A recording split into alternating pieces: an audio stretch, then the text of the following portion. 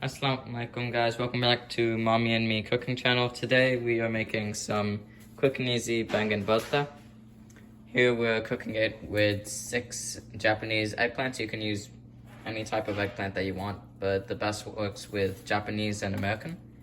And we're peeling them pajama style so that they kind of just look like a canned cane if it's too hard to remember.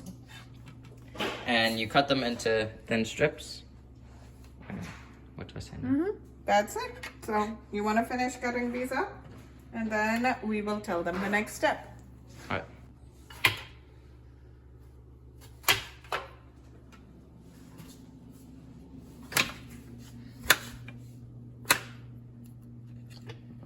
Well, I didn't cut these good. Good. So it doesn't have to be super regular, but you just want to make sure that they are overall about similar length and size and thickness, so they can all cook uniformly. Okay, so now we have all our eggplants. So you want to work with it fairly quickly when you're cutting it, because otherwise it oxidizes, since there's a lot of iron in eggplant, which means it's really good for you to make new blood cells and to make your body work good. But if you are going to be taking a while, you can always put it in a bowl of cold water to slow it down, so you don't get the browning of the eggplants, or you can put some lemon juice to slow down the oxidation as well. Okay, so now what we're doing is we're just rough chopping some onions. So I had 2 medium onions that I'm going to be using for this eggplant. And you just need to cut them into small cubes. It doesn't have to be super, pretty or nice. It's going to all completely disappear by the end of it, and you're gonna add that. This is a big heaping tray, but that's okay because it's all going to go down as it cooks. So yes, it looks like it's not big enough. Maybe, it may have been better to use a little bit smaller one, but it is perfectly fine. It's going to cook down as it bakes. Okay, so for now, again, I'm just using a little bit. So I'm just using about 2 pinches, so like half a teaspoon worth of red chili flakes. We don't want it to get too spicy, so we're just gonna check it, and if we need more, we can always add more. And now this is ready to go in our preheated oven. It is preheated at 425. Right now it's 415. It's almost there. And we're gonna bake it for 45 minutes. Okay? Just keep an eye on it though. Don't just leave it alone.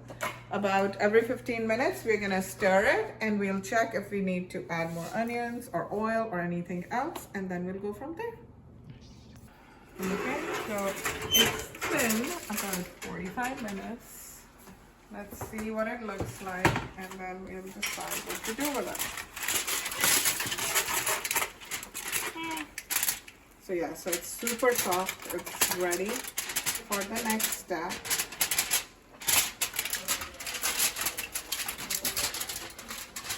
I will show that to you in just a second. So if you move it around, you'll see. Right? It's pretty much melting. It's that soft. It smells so good. It smells good. So now we are going to finish it off on the stove with the tomatoes and the rest of the onion. So it's 1 onion that's rough chopped, 3 small, just medium-sized tomatoes, and then we have a little bit of serrano pepper.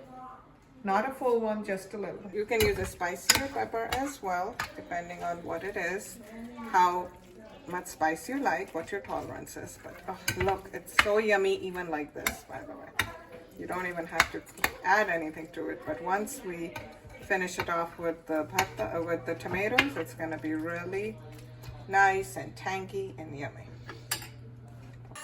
Okay, so now we are, like I said, we're gonna finish it off on the stove. So we added just a little bit, a couple of tablespoons of oil.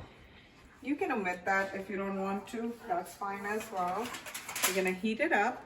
You want it to get fairly hot so it is ready to cook the vegetables very quickly, because and that gives kind of a smoky taste to the veggies. It tastes really good with this. Okay, so now it's fairly hot. Now you didn't have to do so much of it on here. You could put tomatoes and everything at the same time when we went to bake it, and then just finish it off on the stove with everything already cooked up. But usually that leaves a little bit chunky tomatoes, and sometimes people don't like that. So you heard it? That's the sound you want to get that smoky flavor.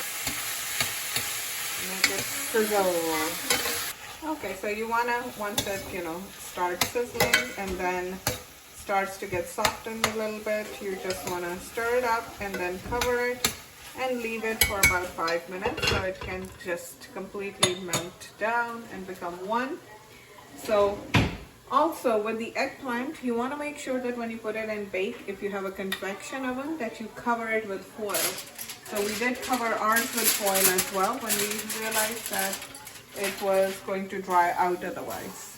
And then it releases its water and kind of cooks in its own juices and becomes really nice and tender. So once your tomato and onions have softened and made almost like a thick paste similar to marinara sauce, then you can put in all these yummy eggplant, onion, spice mixture directly into it. And this already had some oil in it, so you probably don't need to add any more. You can adjust though according to your taste as it cooks down some more. I'm just gonna mix it up. Now we're just gonna put it on low for 15 minutes and it will be done. I'll show you the last look. Alright, and this is the final result. This is some quick and easy baingan that you can make at home anytime. Maximum it will take is like an hour. It tastes great. You can make it for any occasion. Yep, you can eat it with lunch, chapati, rice, anything you want. Alright, thank you for watching our video. And bye bye.